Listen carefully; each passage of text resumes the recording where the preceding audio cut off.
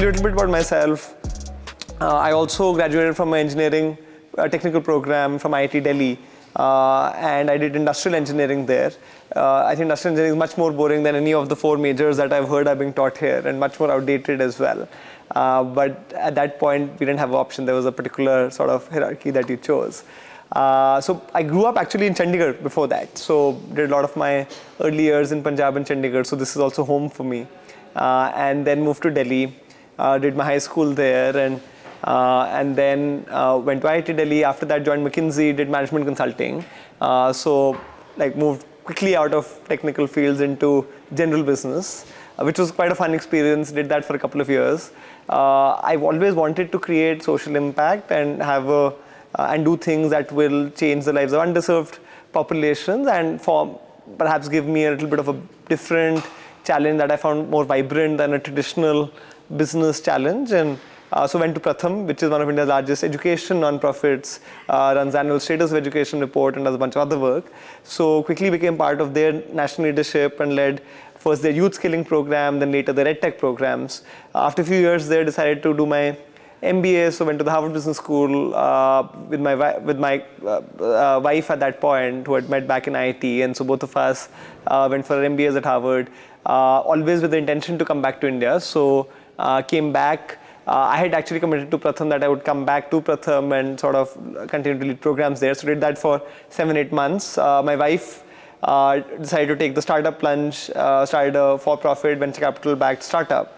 And about 8 months later, in March 2020, when COVID was just around the corner, I got bored of working at a large organization, even one that I liked, and decided to start up myself, but a non-profit tech startup, EdTech startup called Rocket Learning. So from 2020 to 2024, I've been running Rocket Learning. And now we're working with about 3 million kids across 10 states. We have a 400-member team across different parts of the country. And it's been a fun journey. So I've done the gamut across sort of consulting to working in a large nonprofit to starting my own. And the startup experience has been very much like a for-profit experience, even though the opportunity for wealth creation, personal wealth creation is not there, but social impact creation is there. So that's a bit about me, and I was telling them I was here for a launch of our program with the Punjab government, where the education minister just launched it in Sector 26 Chandigarh. So I just come direct from there, and it's nice to be in a very different, slightly more vibrant setting than a sort of launch event, but both have their own charms. So the first question I want to ask you is that what inspired the creation of Rocket Learning? Yeah. And what problem is Rocket Learning solving? And why is it that problem? Like, why did you choose that problem to solve? Yeah. I started Rocket Learning. What our stated mission statement is increasing the IQ of India's next generation of kids. So that's what we say we are doing. A lot of neuroscience research has shown that 85% of brain development happens by the age of 6. So fundamentally, you can learn skills after that, which we always do. You all are picking up a lot of skills and knowledge in college, and we do it throughout life. But maybe our fundamental sort of brain IQ and brain levels sort of largely get set by the age of 6. And so, I started off my career in vocational training of youth, and I saw that while we were helping them sort of get better skilled, better jobs, this was 18 to 25-year-old kids who we were helping become plumbers and electricians and so on. But often, I would think, they would lack the basics. One, in terms of, say, basic literacy, numeracy, ability to do, say, like a mason can't easily calculate his productivity. So that was a challenge. But fundamentally, lacking in more basics in terms of probably how smart they could have been, right, if they had the right stimulation. So I think from that perspective, moved from like working with adults to working with really young kids. We work now with 3 to 6-year-old preschoolers. We're actually going down in age and are going to start working with 0 to 3-year-olds as well. So basically saying that strong and obviously I'm not sure how many of you have actually seen kids in that age recently, right? Whether you have nephews or nieces or something, but that's when their kids are like sponges and are really picking up everything that they do, and a little bit of stimulation builds neuronal connections. And if you don't use a part of your brain, then those connections get pruned, right? So For example, learning Chinese is much easier, or learning a particular dialect is much easier if you start really young. There are some syllables that you can't even pronounce in many of these languages when you're an adult, because those neuron connections between those parts of the brain where those connections were needed, those have already got pruned when you were probably 5 years of age, right? So I think what I fundamentally liked is that it's very hard in social impact especially you can control short-term outcomes. It's very hard to control long-term outcomes. I could get people skilled and a short-term job, but later they may get unwell and they may not be able to take up a job. So it's a little unclear sort of what long-term impact is. But at least this way I felt that if I could just make somebody smarter, then they will do better in whatever path. If this would have been their path in life, it would go a little bit bigger, right? So, and that is the idea. And India's IQ on an average is 87. The developed world, so to say, that IQ is 97, right? And the difference is not because there's a racial difference, right? We've seen enough success stories of Indians across the world. But it is because of nutrition and stimulation in the early ages that makes up the reason for most of that. So I think that is the thing. Can we get India's IQ from 87 to 97? Right? That is the very exciting problem. And I think just framing that, at least for me, makes it really cool to solve, right? We're trying to change the IQ of a country. Right. So that is, I think, why I really love the problem. And of course, I can talk more about the life of a social entrepreneur and the day-to-day and all of those sorts of things. But I think that's the overall mission statement that we signed up for. And then, of course, there were opportunities. There was a product market fit. There was open system. There's a lot of business reasons for also working in this, which I can get to. Business in the sense of non-profit, but still, what does it take to scale a business and grow a business? There are a lot of reasons of that sort, but at the core, the mission is what I've just outlined to you. Actually, this is a fundamental problem with education, that it's very hard to see short-term gains, unlike many other things, which is why actually even politically education generally gets a raw deal, because people are focusing on things that are very visible. If I improve the road, then whatever, it's easier to travel. It takes less time to travel. If I, so there's a lot of stuff in infrastructure and otherwise that even vocational training is much easier to see. You can get a job quite soon after. Education for children below 10, there's a long way to go before you see that impact, right? So for us, we actually measure, we look at children's skills and outcomes sort of in the beginning of our program. We look at the end of our program, and we see the difference. So we do a lot of assessment of that sort of representative samples. I think a lot of you are doing data analytics. So I imagine many of you are familiar with the vocabulary of even randomized control trials. So we are doing a randomized control. We've just finished a randomized control trial with MIT JPAL, which is showing 0.2 standard deviation difference in learning outcomes of the kids we work with. Right? So that is one measure. Many of you may be smart enough to understand this, but most of our partners are not. And so how we translate is that 50% of kids in a normal class are able to achieve particular learning outcomes, like, for example, recognizing alphabets and digits by the age of 6. Right? So alphabets or numbers by the age of 6. And in our case, it's about 70-75% who can do that. Right? So that is the delta again that sort of we are seeing. We are now actually going to start trying to measure the same thing from IQ perspective as well. Are we seeing improvements in that? Right? But those are the sort of measures that we are trying to see. And then we are taking a leap of faith that because of this improvement, we will see then greater completion of school, better job completion, better incomes. Because there are longitudinal studies done over 10 to 40 years that have shown that if you get quality improvement by the age of 6, then that translates into impact 30 years down. So we are not saying that we will be tracking kids for 40 years, but that intermediate output is good enough for us, and that's what we measure strongly. I think, so what we look at is social return on investment, and I think that's what a lot of social sector funders, investors, etc. Also look at, though they may not always be sophisticated enough to sort of think of this as the term.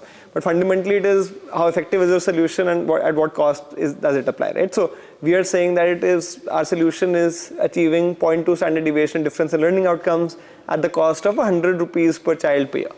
Right? So that is our classification. Somebody else might say Teach for India may say that we spend 20,000 rupees per child and our change is so much, right? So then based on that, you can actually get that cost effectiveness threshold. Of course, some funders may say that we do not want anything that leaves you're taking from 50 instead of 50%, 70% are improving, but we don't want anything in which 90% don't sort of get to the desired levels, right? So people then may choose, like, we want to go really deep and make sure every kid is benefiting, even if it costs a lot more. So then there are a lot of preferences that also get to it, right? And that's where it's a little different from for-profit, where there's money. Like, money is money, right? So I don't have a preference about what sort of money that I get, even though in like all the business people who are studying, some people may look at return on capital invested, some people may look on return on equity. So there are still a little bit of preferences on how people to do it and how people want to do the risk reward allocation, but it's still much more clean. Eventually, if you have a high return on investment, most people will go for that. Here, there can be a lot more preferences, but we are trying, and the sector is trying to get a little bit more scientific in terms of how they do it, right? So that is the overall thing. Now, how do you compete? I think there are different pools of money, right? So there's money in the world that is there to generate more financial returns. That's most of the money in the world. And there is some amount of money which is philanthropic in nature, which is out there to generate some sort of social return, right? And that is a much smaller pool, but that is focused on this, right? So to give an example, we are funded by the founders of LinkedIn, the founders of Pinterest, Make My Trip, a lot of these organizations. Now, their family offices invest in a lot of for-profit businesses, but they also allocate some funds to impact purposes. And then basically you're trying to prove that the impact we're creating, what is this impact? And then different people will say, somebody will say, oh, I want to do work on climate change. Somebody will say, oh, I really am attracted by healthcare as a sector. So then you find the right fit. Same in the for-profit space, right? Somebody will say, I'm a health tech investor. Somebody will say, I'm a fintech investor. So you find the right people, you showcase your social return investment, and you go there. Of course, the thing that I'm not mentioning is that there's a lot of emotion involved here as well, right? Which I think actually tends to be even in the for-profit sector. There's a lot of emotion, there's a lot of momentum, there's a lot of gut feel involved. So can you show people the impact that you're having? That's why some sectors attract a disproportionate amount of capital compared to other sectors which may be pretty much as important but seem much vaguer in people's mind. And there are movements such as effective altruism and so on that try to take away the emotion from it. So in fact, Sam Bankman-Fried, who many of you may know was the biggest proponent of it before he went to crypto infamy. And so that movement is still up in the air, but right now there's a mix of sort of emotion and a mix of impact that goes into determining capital. Overall, I think there is a good amount of secondary research out there on what works, what doesn't work, right, to some extent. So for example, as I mentioned to you, there is longitudinal research, etc., that shows how good quality early childhood education helped take IQ from 87 to 92 in Vellore in India. There's similar research in the US, right? So for me, if I want to do something of that sort, then I started seeing that, okay, early childhood education seems to be a good place to focus on. Then there's also from nutrition during childhood, early childhood can be also a really good way of doing that. So there can be different, like you may zero down on 3-4 type of interventions, right? Then after that, I think there are other strategic questions that are there, right? So for example, if you look at market entry as a concept in any sector, is there a lot of competition already in the space or not, right? So the interesting thing here is that I don't mind competition coming in the space now, actually, now that I'm here, because that means more good people are trying to solve the problem. But perhaps when I was trying to look at grades 1 to 3 versus preschool grades, right? So 3 to 6-year-old versus 6 to 9-year-olds, because I had the choice of where to work. In fact, a lot of school systems were asking me to work with me. Right? One was that greater brain development happens at the young age. So that was one factor. But the other was that very few people were working with 3 to 6-year-olds. Why were few people working there? Because from a policy perspective, India was not focusing on this until 3 or 4 years ago. Right? So there was an external change, which was National Education Policy in 2020. Because of that external change, more interest came in early education, preschool education, but nobody came in to fill that gap until we came in to fill that gap, right? So we in 4 years are the biggest early childhood education organization in the country, not because we are necessarily much better than everybody else, but because everybody else is working on other problems, which is great. But we were able to come into a sector which really needed help, and there was a policy mandate and nobody wanted to come there. And then on top of that, we also felt that there was a technology play that is very, very well fitting into this space. For example, what I do using technology works for preschoolers and their parents and teachers, but would not work for high schoolers, So I think then there was a mix of any strategy is basically where is there a good sort of market, where there is less competition, where you can have a solution that sort of works, right? And combined on that, we came up with this sort of thing. And in fact, sometimes you make mistake or don't make mistake, but you try different things. We started with early childhood education. We actually went to older kids, and we saw that we're not getting that focus from the system, and that their primary school teachers who were our core users are not so interested in our solution.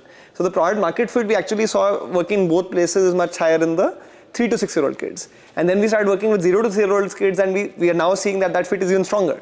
So that expansion is a good one, whereas the grade 1 to 3 expansion was not a good one. And you learn that by trying and iterating and figuring out what works and seeing where the product market fit lies, right? And it's very hard to sort of predict. So there's some bunch of sort of logical research that goes into fitting a broad area and going into it with your sort of, in a thinking manner.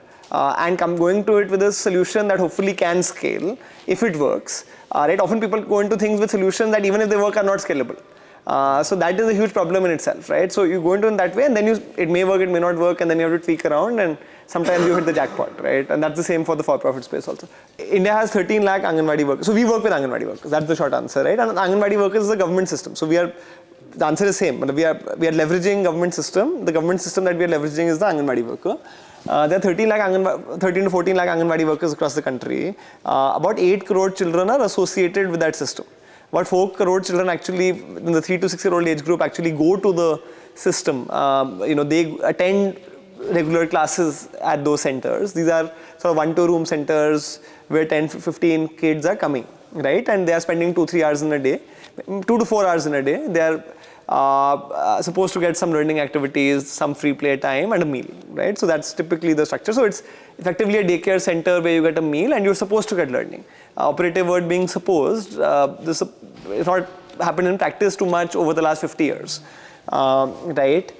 So what we have always felt, and this is again is a philosophy thing, that for us the distribution channel has to be governments, but also the institutionalization channel also has to be government, because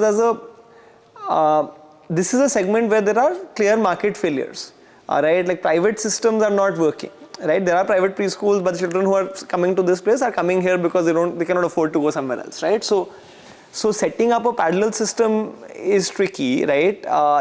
Your end user is not going to be able to pay. Now, are you going to be able to generate the money to be able to run at scale if you hire people and say set up your own Anganwadis, your own preschools, right?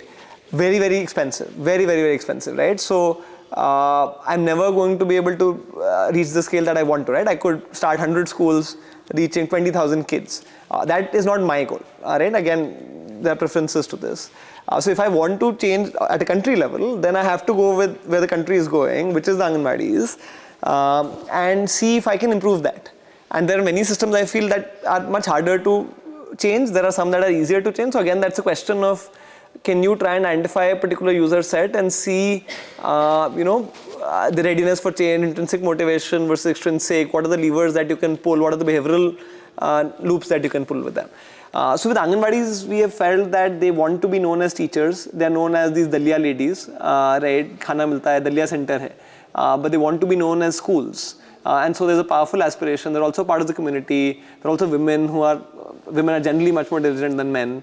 So because of a host of reasons, we've seen they don't have bachelor degrees in education. So they're much more open to somebody like us coming and saying that you have to be trained, and are actually wanting that training.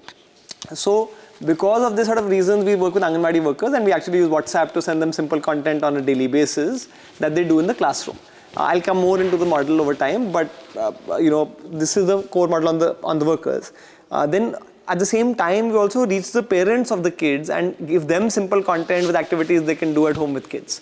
So parents are also doing the same thing, which is why I'm also saying that this would probably not work for older kids, because parents and Anganwadi workers who are relatively less educated, are not domain experts, would find it very hard to teach high school physics or maths, but find it much easier to do things like put 3 types of dal in a bowl and ask the child to separate the dal into 3 different bowls, right? So quite simple to do.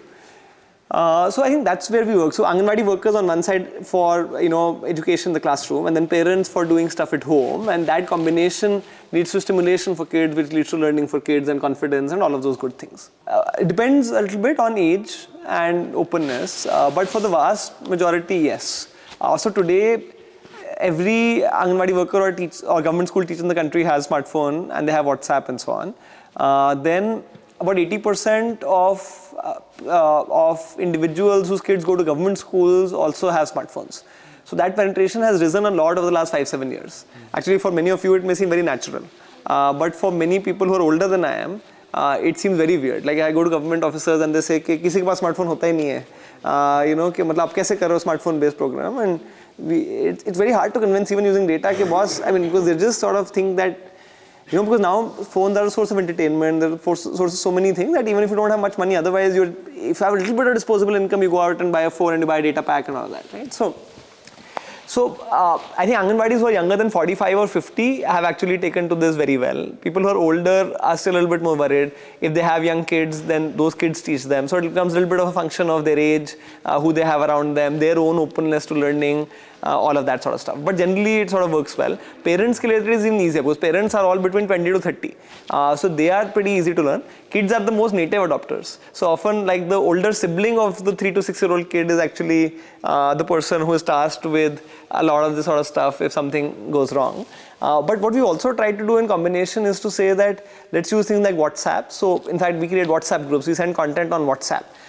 We don't have a separate app because there is not that much even literacy. So one is literacy, learning how to use a new app, making it so intuitive that people can use it, etc. That's one. Second is people find it very hard to open a lot of apps on a daily basis. Even we find it quite hard, right? And so piggybacking on an app that I'm anyway using to respond to my family's messages or something else, that makes it much easier to ensure that I will get adoption and persistent engagement on what I'm doing. So I think today is India at the point where people know smartphones and all, but no, people haven't necessarily figured out that they are going to use a bunch of single case apps a lot, and so we are working with WhatsApp on WhatsApp, and we feel for the next 5 years at least that's a good strategy. After that, perhaps a separate app might work. So I think it's a work in progress because we have a distribution channel, content banana bhi itna mushkil nahi hai, all of that is there. The big change is behavioral change. Right, and so behavioral change and habit building, right, because that's where the gaps come in, right? If I use an analogy of say somebody who's trying to get fit, right, so the first thing is that I should know that fitness is important, right, and I should know it quite viscerally. At a broad level I may know okay important hai and my lifespan badega and my whatever but I might say that nahi karna, right, and then I might find ki chalo now I want to do it, but then uske baad maybe even after I do that, do I know what exercises to do in the right way that won't tire me out? Maybe I start off all enthusiastic and I do 20 things in the first day and then I never do it again, right? So do that. Suppose I even start doing it, I do it for 3-4 days. What is the habit building that I need to do, right? So I think all those things are challenges which we are trying to solve here as well, right? And the exciting thing is that people haven't tried to solve the engagement channel for low income or underserved population, right? Everybody's focusing on people who can pay for products. So that ways it is interesting. We have a behavioral change framework called AIM, where we say that we are trying to build A for awareness or aspiration, I for information, and M for motivation. And we're saying you need that trifecta to be able to actually convert people who have never engaged with their kids on learning to people who are engaging say 3 times a week on learning. Right? Awareness and aspiration is the part that you mentioned, that it's important. So parents at an abstract level or even at a visceral level know that education is the only way for their kids out of poverty. That they know. That's why they put their kids in school and enroll them and spend money on tuition and various other things also. So wo pata hai. Now, it is important at the age of 4, that is not necessarily clear, right? Because they may say कि तो खेलने के दिन है, अभी तो मतलब class 10th important है, अभी क्या important है? We actually do a lot of like information building for them, awareness building. That, for example, IQ, the same stuff that I told you, that the child is becoming smarter by this age. By the age of 6, some other kids will be ahead of your child if you do not spend time on simulation. So there's positive messaging, there's alarmist messaging, there's different sorts of things. But the idea is to help them realize that learning is important. That's one. The other thing is to help them realize that you don't have to be superstars to be able, you don't have to be highly educated yourself to teach. One of the frequent things we hear is from mothers who say कि हम तो खुद ही अनपढ़ हैं, हम क्या पढ़ाएंगे बच्चे को, हम तो स्कूल भेज रहे हैं, स्कूल में जो सीखेगा वो सीखेगा. Right? So the other thing is that look, you can that these are simple activities. We run behavioral change campaigns, mummy sab janti hai, stuff like that. You're doing a lot of stuff. These are simple activities. You don't need to do rocket science, right? And of course, then you have to back it up with the content and all as well, right? So, for example, if it's video rather than you have to read, then anybody can see a video and see an activity.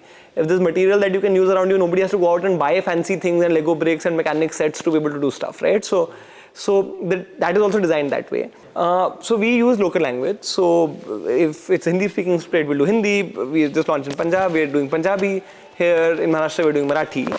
In some cases, we even try to get to local dialect level, at least for some part of the content, which is harder. But broadly, people understand the overall language largely.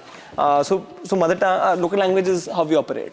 And then the final part is sort of then motivation building, right? Suppose they know it is important. And they're getting the right content in the right way, how do you keep them sort of motivated enough? And that's why, for example, most of our model is that we have these groups of parents or groups of teachers where we ask them to do something, send a photo or video back to the group. Based on that, the teacher will compliment the parent on doing activities or they compliment the kid. Similarly, they will get badges as smart parents and certificates. So they will get a badge when they finish 5 activities and 10. So you've seen Duolingo, many of you, I'm sure. So this is Duolingo. Gamification, right? So Duolingo style gamification, but on peer groups of parents or peer groups of teachers with a facilitator who's sitting there. So Duolingo has it easy. It has us who are relatively motivated and confident and so on, right? And so I'm sort of following the owl and seeing what it does. But I think with underserved populations, often there may not be enough confidence, etc. They have harder lives, so it's harder to block out time on your calendar to say I will do Duolingo for 30 minutes for Spanish, but harder for them because their schedules are more uncertain. So the fact that my neighbor is doing something and sending it back acts as a nice reminder for me. The teacher is giving some reward, acts as a nice reminder for me. I'm probably being recognized for the first time ever for being a parent, which is a very hard job to do. So I like that as well. So there's a bunch of things, different things appeal to different types of users, and we also create archetypes and personas of users and send different types of nudges and rewards and recognition based on what appeals to different. So we do a lot of A/B testing actually on that work as well. So that's the advantage of technology, that in the same way that Instagram can do A/B tests on you to see what will hook you further, we are trying to do that. And basically what we're saying is that technology and social effects can be used for good or for whatever is called bad. Right, and a lot of people have been using it to hook people onto consumer apps, and we're trying to hook people onto doing a series of activities. And the final piece of the puzzle is I think that also the kid and the parent has to enjoy it as well. So there has to be intrinsic value to it as well, right? So just gamification without seeing long-term value is not really going to work. At some point people will say, oh, what is this medal? मुझे online एक medal मिलता रहता है, एक दिन एक और मिल गया, कुछ और मिल गया. So it has to be backed up by them seeing kids are learning. Many of our power users say my relationship with my child has become strong. They now come up to me and say things themselves, or they ask me for what came on the homework group that day. So I think that enjoyment element is also sort of very critical. Tapping into people's sort of self-esteem, tapping into people's sense of fun, that is important. So I mentioned a bunch of things. It's difficult. So that's why there's not one lever that you pull. You try to pull a whole bunch, and different things work on different people. So we do have teams on ground. But we have one person per district, and one district has about 2,000 to 3,000 Anganwadis, right? So the ratio is very lopsided, and what that means is that our one person is not there to monitor and go and check के attendance हो रही है नहीं हो रही है, अगर कोई नहीं आया तो क्या कर रहे हो, नहीं भी आया टीचर, गवर्नमेंट स्कूल टीचर, तो क्या कर लोगे? मतलब eventually they are employees for life, they cannot be hired or fired. What are you going to do? And Dandapurt will take you so far but no further, right? मतलब somebody will scold once or twice, it will happen. So I think the idea is that there are a lot of people who do have intrinsic motivation, whether they are parents or teachers. Can you upskill them, train them, give them these incentives, make it fun for them? Now look, I'm sitting as a teacher for 3 hours with a bunch of kids, right? Why would I, if I don't know what to teach, then I'm getting bored, kids are getting bored, we're all I'm on my phone, kids are running about, kids don't want to come. I'm not getting any feeling of enjoyment, right? I'm basically just a glorified caretaker. But if I'm told that these are some of the activities that you can do which will help kids learn, they will enjoy it, this is a new rhyme that even for me maybe is really fun with actions, then I can actually do this in a really fun way. And maybe, not 100% of teachers get this, but maybe 50%, like in our case, about 70% of teachers actually do this regularly. About 35% of parents do this regularly, right? And in our mind, that's a fairly good chunk, right? So we're not going to be able to solve for everyone, but we're not going to be able to solve for that by some strict monitoring mechanism as well. So let's try to help people and make it fun for them. And most people want to improve their lives. So if you're actually giving something of value, then mostly people will sort of try to want to do it. In fact, we have a big project going on with Google now. Google has put a team, about 6 AI engineers with us full time to develop Gen AI to create games, to create a coach that can have conversations, audio conversations with parents and teachers, ask them what the kid knows, based on that suggest content, based on that generate a game what the kid does, based on that sort of close the loop and then go to the next domain. So we're trying to do a whole bunch, actually on a bunch of personalization.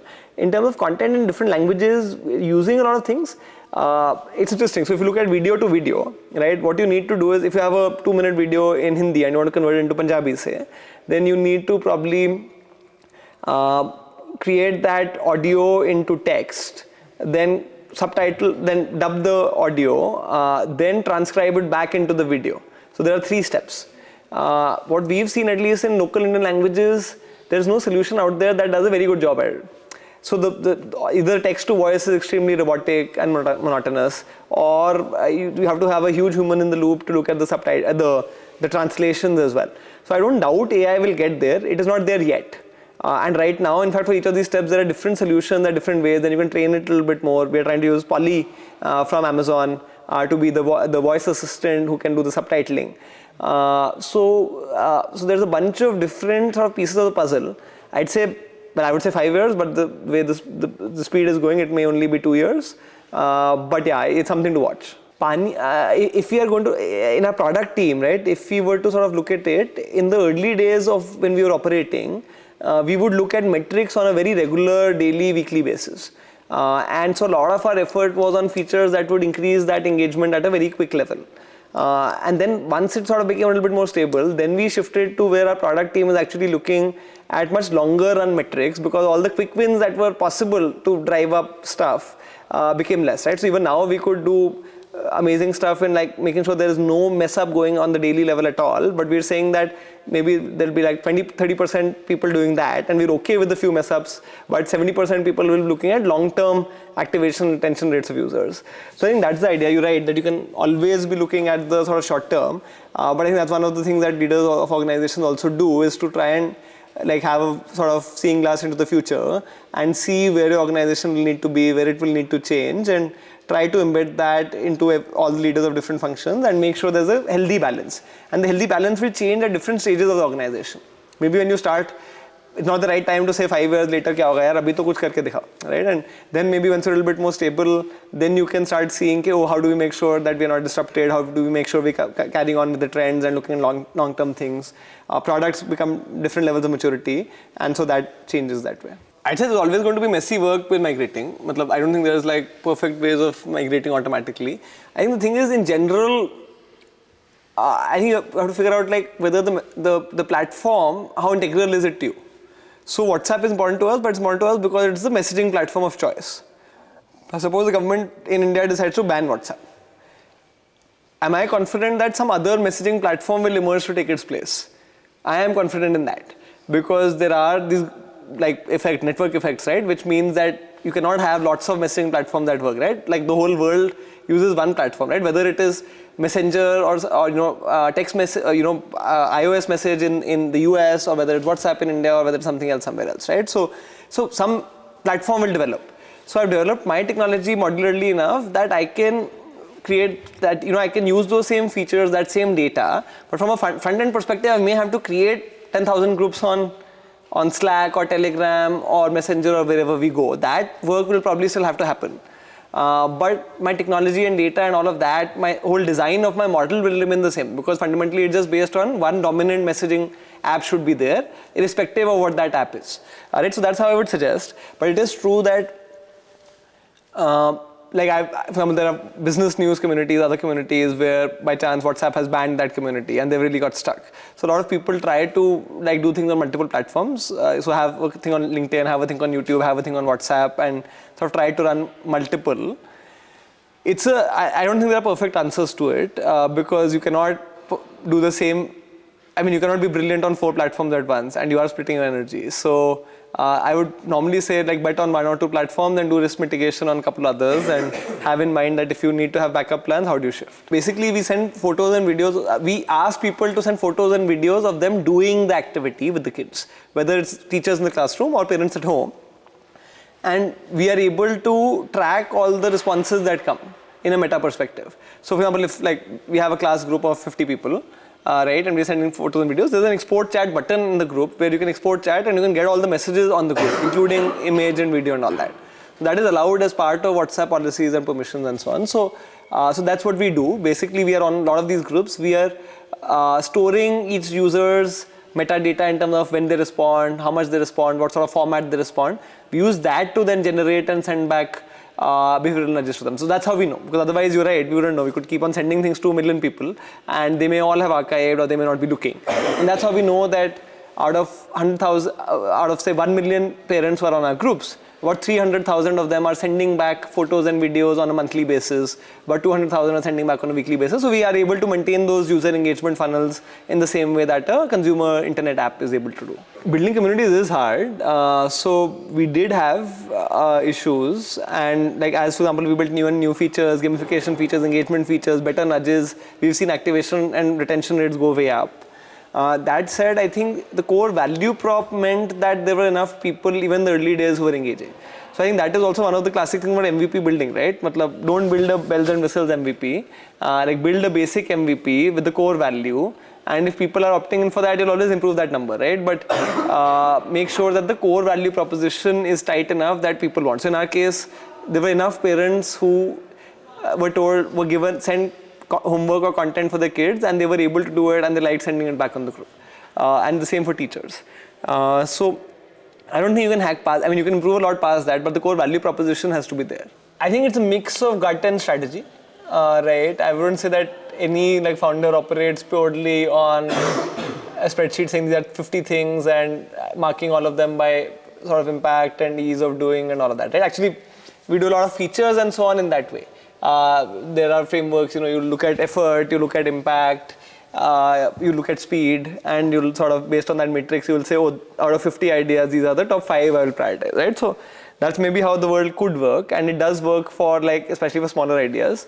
I think for larger ideas, it depends a lot on momentum and external factors as well, right? And it depends a lot on sort of your confidence in something. So the disability one is a very astute one, because we are at this point not focusing specifically on the 20% kids probably who are suffering from some sort of learning disability or the other, right? And that's a conscious choice that we have taken, because we've said that our overall model at this point is hard to customize to the level of helping everyone with disability.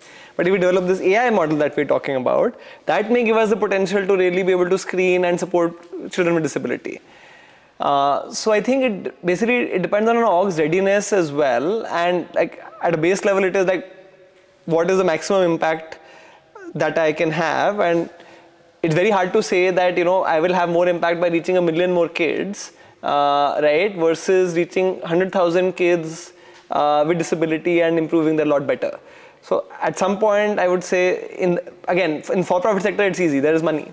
Right, so you do a cash flow projection and you say, okay, if I do this initiative, this is the impact on my bottom line, this is the capex that I will need, this is how I will make it work. Right? So there's a few like 4 or 5 factors. In the impact space, it does come back to gut, because it's very hard to translate. In fact, there are metrics like in healthcare, like disability adjusted life years. So these are interesting metrics, because all healthcare interventions people try to break down into saying that how much of somebody's sort of healthy lifespan am I increasing. That's not to say every healthcare intervention they've been able to map to this framework, but this framework exists. In education, at this point, nothing exists. So to some extent, it becomes a little bit of like your gut, what you want to do, what you're getting the demand and the funding to do, and based on that, coming up with your strategy. I think in both cases, one common thing is momentum and sort of a gap in the market, how much focus is there on a particular thing, right? How much demand there is for a particular thing. So for early childhood, for preschool education, we've seen a good focus both on the government side because of the policy mandate of the national education policy, and funders have also started seeing this also because of neuroscience research that has come in over the last 10 years, right? So it's sort of having a moment, right? Like Gen AI is having a moment, preschool education is having its own chota sa moment, right? So that helps with government folks. But the other thing in all sales is also relationships, right? So I think that is the other big thing that sort of comes into the picture. All our early pilots and proof of concepts were with people that we knew either through our past work or who were friends or batchmates. So we started in Chandigarh actually among our first things because a batchmate of mine from college was an IAS officer here. She had heard about the preschool education problem, didn't know what to do. I came saying I have a solution. It was totally unproven. She said, come and try it. Right. So that was the first break. In Aurangabad, in Maharashtra, that was our other district that we started with. There was a family friend who again sort of believed in it, right? And that way, then you had proof of concept, then it becomes easier, right? Once you have a proof of concept, then the same person will tell somebody else, oh, this really works, then they will tell somebody else. Now we partner with the national government. We are on webinars with all the states as experts of early childhood education. If we then go to states, then states say, oh, we've seen you there.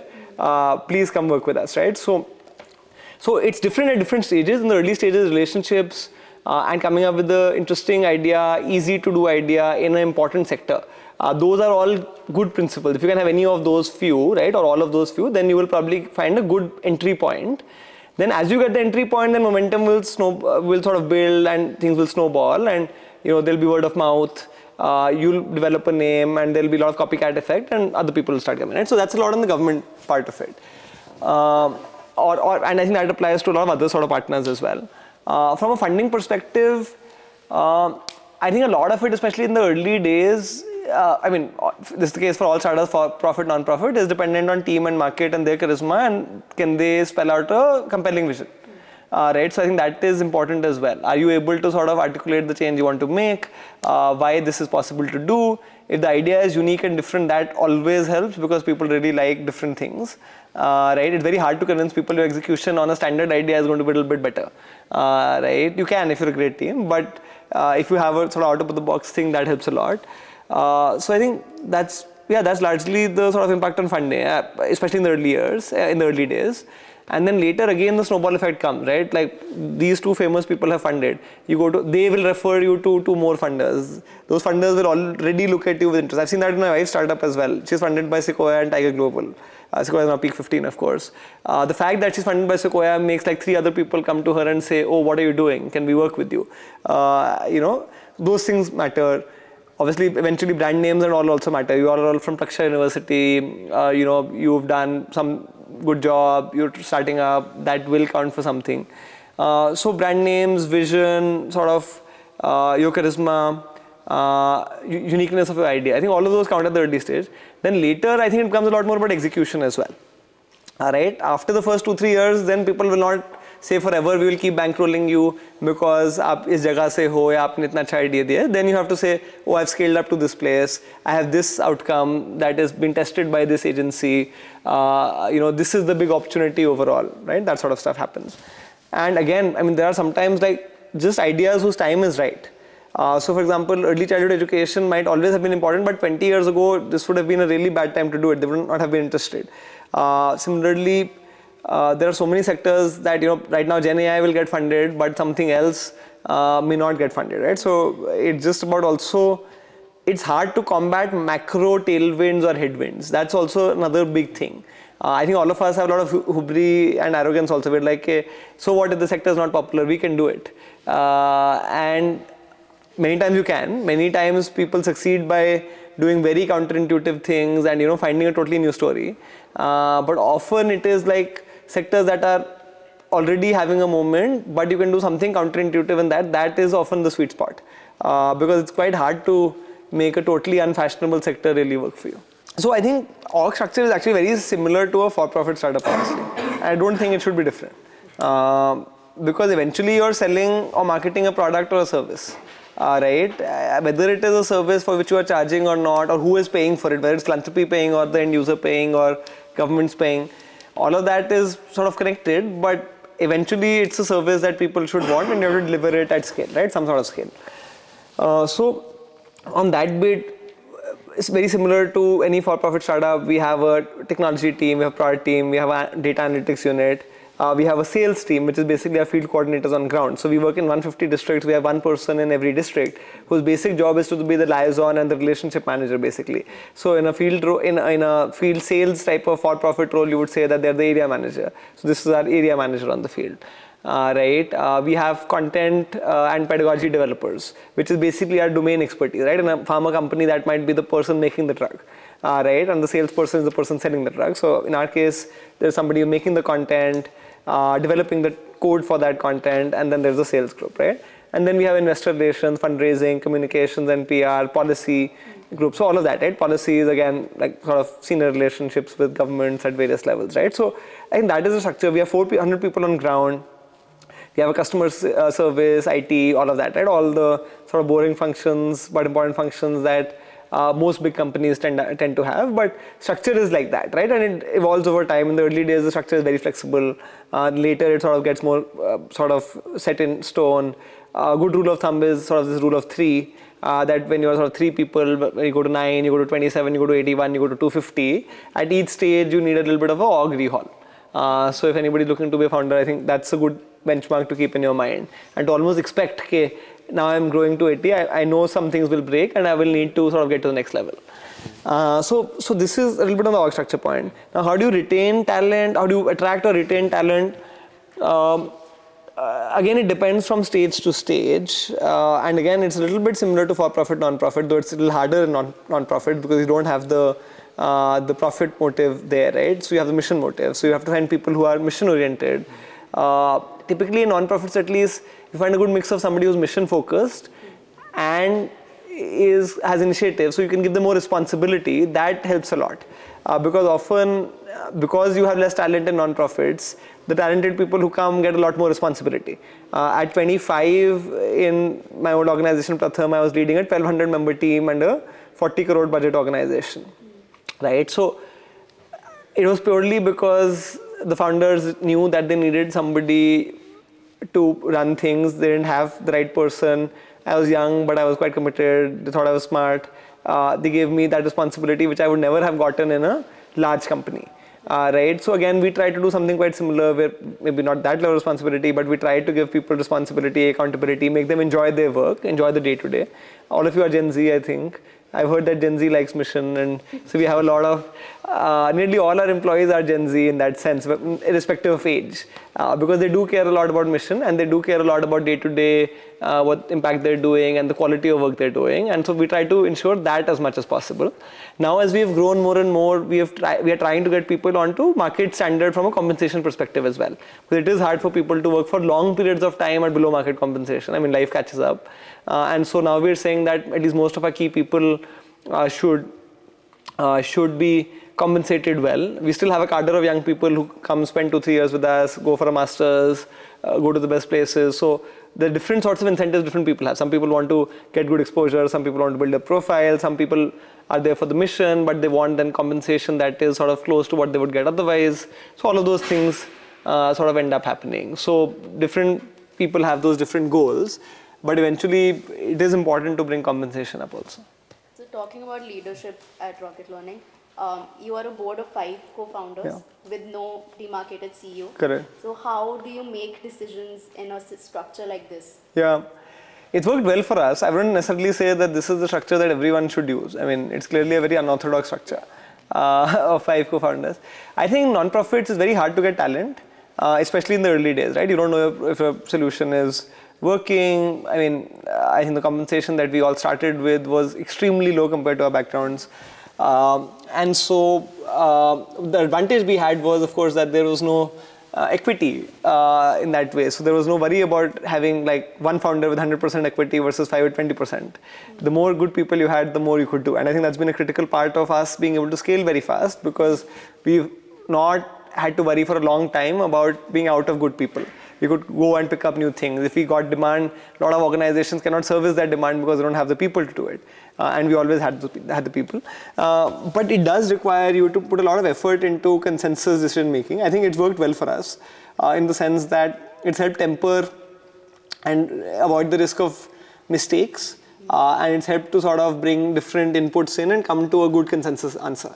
People ask us if it's a democracy, do you have a 3-2 vote type of thing, and we don't, deliberately, because we don't want to get into a system where we're always sort of outvoting. Eventually, we want to come to a solution that works well for everyone. Now, what that means is it may take slightly longer to take decisions, and secondly, that more effort has to be put into building consensus. But we've seen that trade-off of that effort and time is that we have better decisions that work well. But again, it's not something that will work for everyone. I think it requires a bunch of people who are overall vision and mission aligned, and then can work out the specifics of the details. Right, so I would encourage for co-founders also, suppose many of you look to start up or do something else, many of you may find co-founders in your fellow friends and fellow students and all of that. I think more than like whether you're friends or not, because I've seen many people start up because they're friends and then really struggle later. I think vision, mission, values alignment is important. Becoming aware of each other's style and being flexible in terms of adjusting to it, willingness to adjust to it is important. And then I think eventually then after that you can reach agreement on strategy, and you can reach agreement on like operational tactics. But then that requires discussion, and that's it.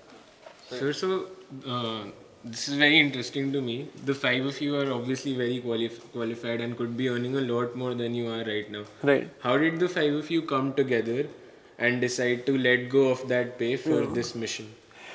Yeah, so I think different people, even among the 5 of us, will have slightly different motivations. I'll talk for myself a little bit in terms of what my motivation was, but fundamentally, I think I was quite fortunate that, at least my family doesn't rely on me for income. They have their own source of income.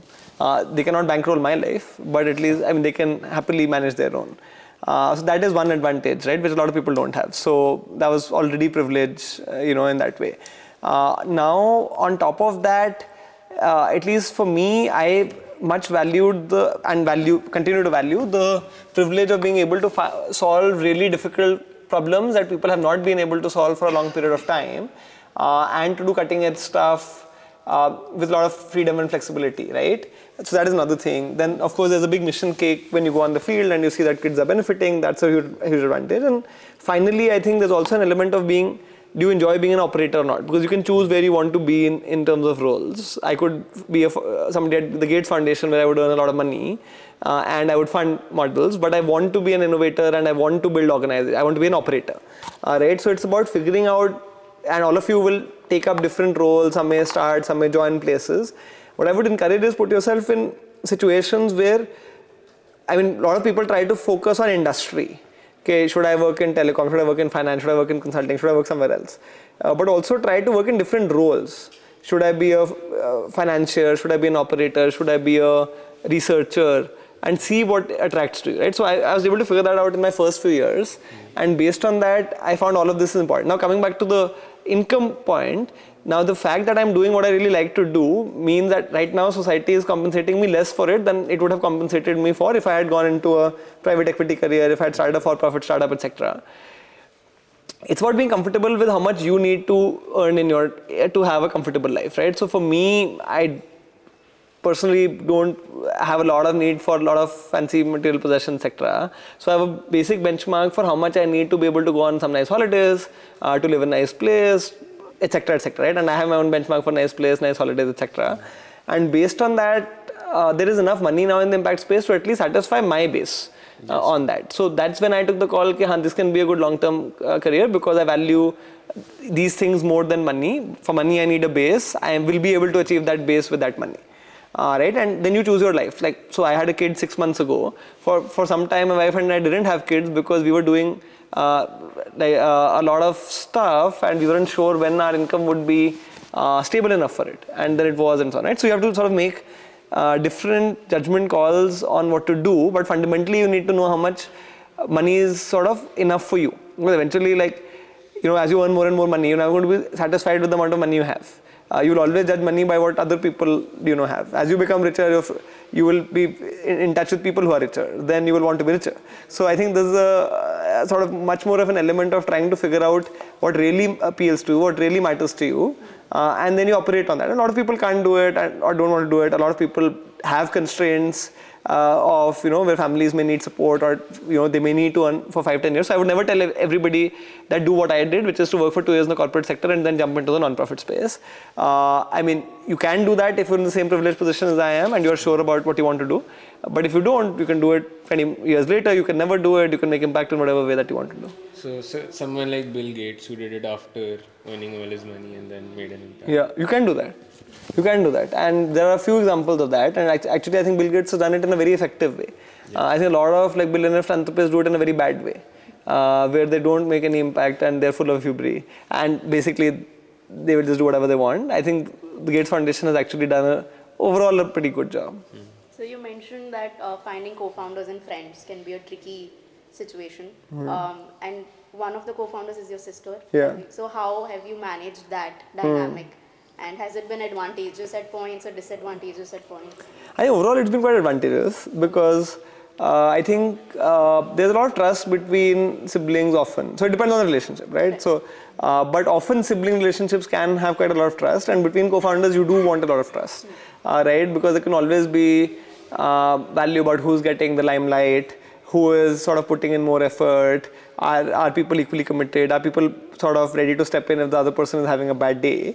And so for that you need a thick relationship. Friends can have that as well, but often, it's stressful situations in the early stage. So having a sibling actually helps on that. Of course, the downside is that you're often talking about work a lot, right? So like your personal professional lives sort of bleed in, which I've heard a lot about between people who are in relationships as well, right? Because then your whole life is sort of that only. So I think it depends. So there are people who set up companies with their partners, there are others who set up with siblings, there are others who don't at all. For me, I think the sibling is a little bit easier than the partner, but I think different people have made different things work. But fundamentally, I think it's about trust, and will you have the trust to go through bad times? And do you think the bond is strong enough to sort of go through that? Because otherwise the downside is very high, right? With like a friend that you start with, you have like 20 friends in life. One person leaves your life, but you don't only have so many siblings and partners. So I think you have to be very confident in that, and then you have to be willing to make sort of sacrifices if you need to. Saying that, I've let this thing go from a business perspective because I need to maintain this personal bond, and that's a judgment call that sometimes you take. So now I want to move to your back days in college. How were they? How was IIT Delhi? I saw that you got an overall excellence award, that you were into gameplay, you were studious.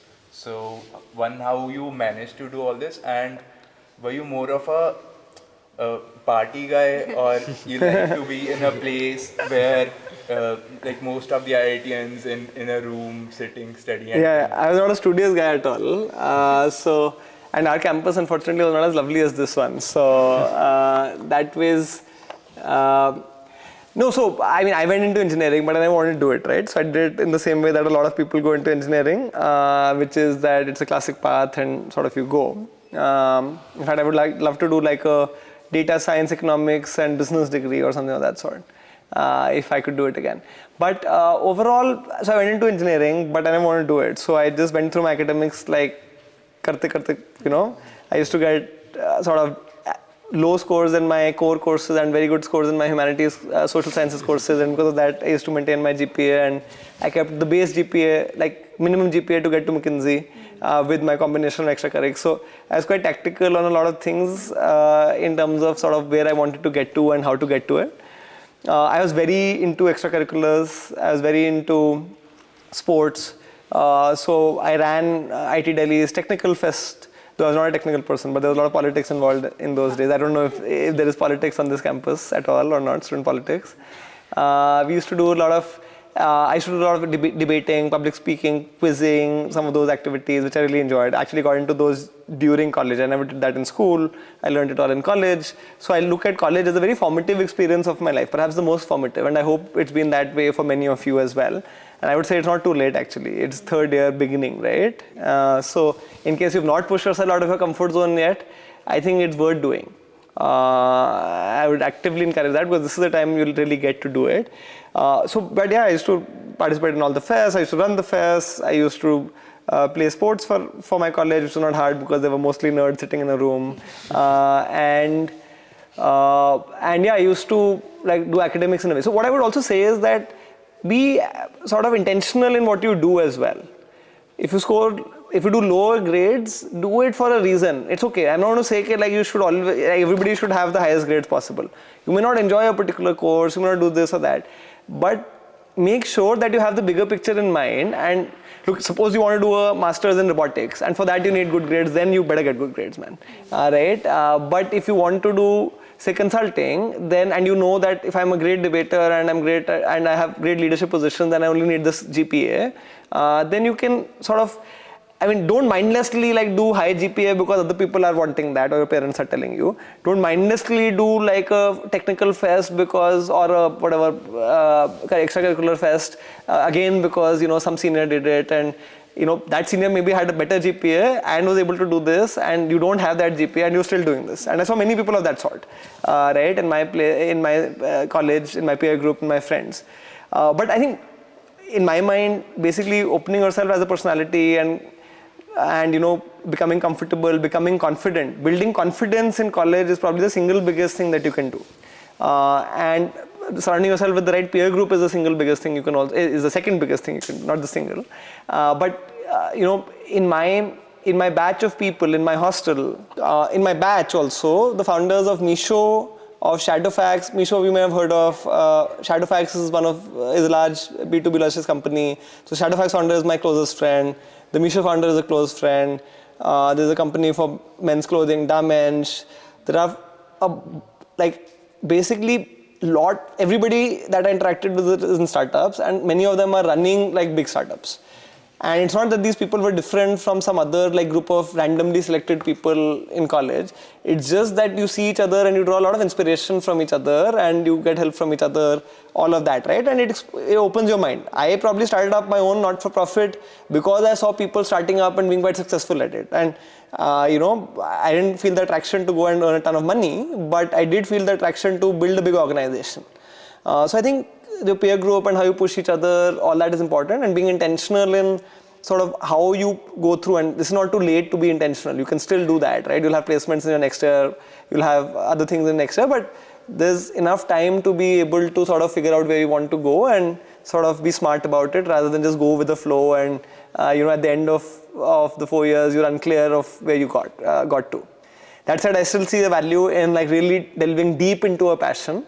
Right, and not giving a damn for what happens out and becoming really good at that passion, because eventually in life that sort of mindset will also take you a long way, right? But just meddling in a lot of things without strategy and without passion, that is something to be avoided. And I've seen at least 50% of my peers in undergrad doing that sort of undergrad career. It has ranged a lot. So we graduated during the early wave of startups in India, right? So I graduated in 2012. I think the earliest wave was probably, I mean, there was a 2000 wave of Shadi.com, Naukri.com, all of that. That was .com era. Then there was 2008, 9 May, a bunch started, Zomato, Flipkart.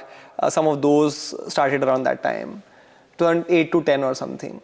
Then 2015 saw a big wave. So a lot of my friends started up in 2015. So Meesho, Shadowfax, all of these companies actually started in 2015. So this is when some of my friends were 25 or so. When they started, 24, 25. And then I know a bunch of people started in early 30s. Look, basically as a startup ecosystem matures, that's how age changes also. So when you can be a smart generalist risk taker and jump into it, that's when, and create a lot of value. That's when you can be really young and do that, because you don't necessarily have a lot of domain experience, but you can do it, right? So, chalo, Uber ban gaya hai, Ola banana hai. Matlab, khali market hai. The oldies are not interested in getting into it. A young techie can do it, right? But now, suppose you have ride hailing everywhere. Now you have to find the next innovation. You might need somebody who's worked in ride hailing for 10 years, is 35 and is now doing it. Not a rule of thumb. I mean, it's not a given, right? But this is how patterns go. In the US, always the average age of a successful entrepreneur is between 35 to 40. That's the median age of starting up, when they started up. In India, it used to be 25 to 30. India is also growing a bit older, right? But long story short, I would say, look, I don't think there's a particular sort of right answer for a right age. What I do believe is that half of entrepreneurial success is down to having the guts to jump in and be in the right place at the right time. So did you see the patterns and trends, and did you have the courage to jump in and be right place, right time?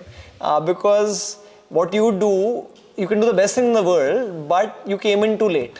You can do the best thing in the world, but luck wasn't with you and the macro changed. The macro matters a lot, no matter how much we think that there's a hero effect and Nikhil Kamath is so amazing that he built Zerodha, and somebody else is so amazing that they built Flipkart. Half of it was just seeing कि यार मुझे लगता है digitalization enough हो गया है, stock market में like investing बढ़ेगा, let me just go and do it, and having the guts to go and do it. So that's what I've seen among all, at least the people I know, and I know a lot of different entrepreneurs, either friends or acquaintances.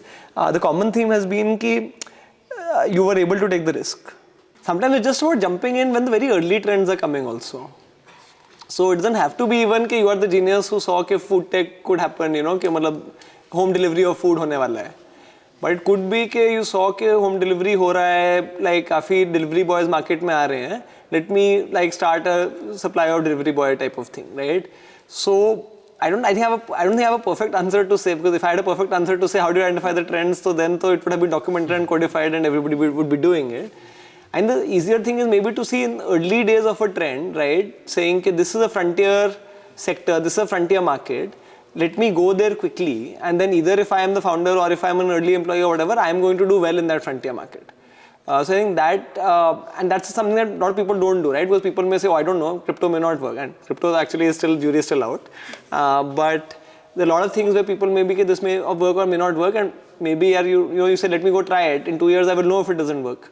But if it does work, I'm going to become really successful and really wealthy and be on the fast track, right? So I think that is one way of sort of looking at it. I'm not going to really give you a great answer for like how do I find the next Gen AI, right? I think it's tricky. It comes with a lot of exposure to the right people, to the right sectors, with a lot of capital to burn. Like Sam Altman had tons of exposure, had tons of cash in the bank.